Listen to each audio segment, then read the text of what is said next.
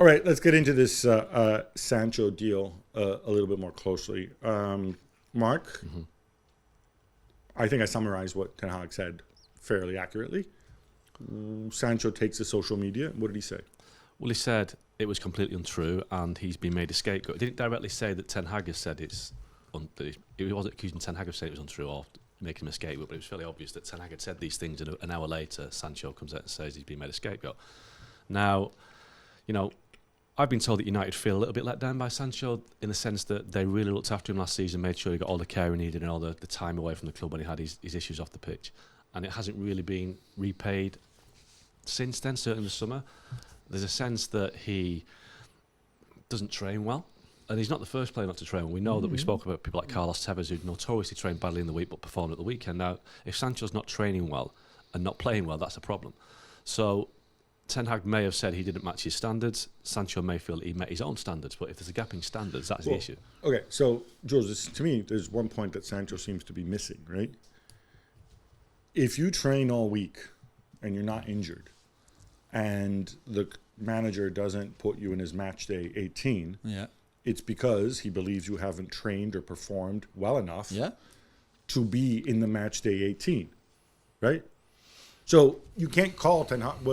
Maybe right, maybe wrong in Sancho's view. Maybe he feels he deserves to be there. But Ten Hag makes it. You can't say Ten Hag is wrong for making a judgment and expressing an opinion on Sancho. Yeah, I know, but it depends what the level of training or what the training level is. Sancho might feel that he trained well, but other guys train better, so they're better options. And Ten Hag feels that that was not good enough for what I want you to do or for what I expect my players to do in my training sessions. So that's not good enough. You stay home this weekend. I drop you.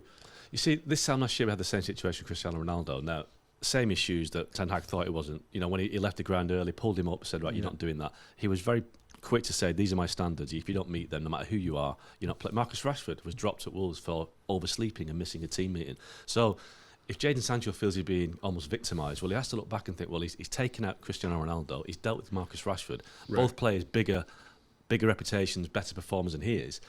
So Sancho probably needs to look at himself a little bit and think, well, why is it always happening to me? I think. Sorry, Gab, before you go on, England have had issues with him as well.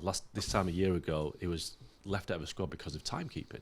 So it's a recurring theme with Jadon Sancho. I think these situations are a bit different, though, because Rashford was a disciplinary issue for breaking team rules, Cristiano, he left the ground early when he didn't come on, and I think it was an open secret that they wanted to move him on, which eventually they did, canceling his contract.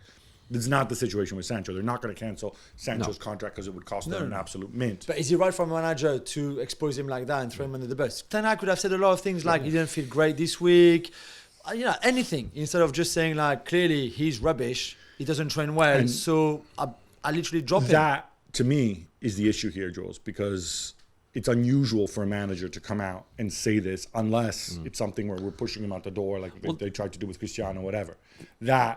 Especially, the window's just closed. Let me go and throw this guy under the bus. Well, this is the issue because there was some United were prepared to let Sancho go. And there were some suggestions there was an interest in him last week that he wasn't open to accepting Sancho. So if United found a club and he wasn't willing to go, then Ten Hag would be unhappy about that. But you're right. It was September the 3rd yesterday. The window's just closed. You've got a player that you can't shift until January unless he goes to Turkey or Saudi Arabia, which neither seem an option. So for me, there's no way back for Sancho because he's completely defied his manager and gone against him publicly. How does Ten Hag bring him back in when there's clearly a breakdown of trust there? So you've got now, 3-4 months of this player just, sulking, I guess, because he's not been picked, and Ten Hag sticking to his guns. Because I don't see who backs down here. Sancho's come out and said what he said. Ten Hag isn't going to back down. And, because if he backs down, then having criticised Rashford and Ronaldo publicly in the past, it's a sign of weakness on his part. So I see no way back for Sancho. What a fiasco this has been. You heard it here first. Sancho back on loan to Borussia Dortmund in January with United paying the bulk of his wages. Would that not solve the situation? He's on very big wages. And why would Dortmund take him? Who's going to take him now? Well, because Dortmund, will you be big on the Adeyemi brand? No, but it doesn't matter even the players that you have. Like, you think, okay, this is a player that will not play between now and January, or hardly play. He might play a bit in the... Okay, all right. No, but you know what I mean? Who's going to take that gamble? I was joking. He's had 2 bad years. They overpaid for a player that nobody else wanted. But that's why I think a loan solution is the only... we've seen this happen, right? Is the only way out. Really good at Dortmund the last season. There was a time where he was really, really good. So he can be good, but there's clearly a lot of baggage too. Thanks so much for watching ESPN on YouTube. And for more sports highlights and analysis, be sure to download the ESPN app. And for premium content and live streaming, subscribe to ESPN Plus.